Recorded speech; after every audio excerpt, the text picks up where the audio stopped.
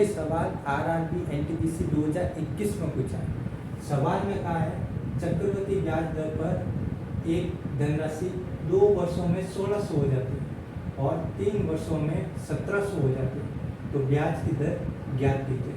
यहाँ ब्याज दर की गणना है वो वार्षिक तौर पर करनी।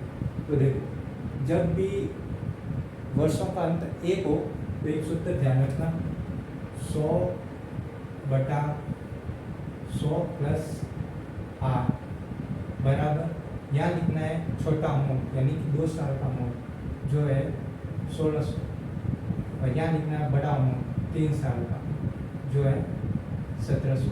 यहाँ 2 जीरो से 2 जीरो कटे, अब इसका गुना इससे होगा, आएगा 1700, इसका इससे होगा बराबर आएगा 1600 प्लस 16 इस तरफ आएगा, माइनस हो जाएगा और घटेगा तो बचेगा 100 बराबर 16।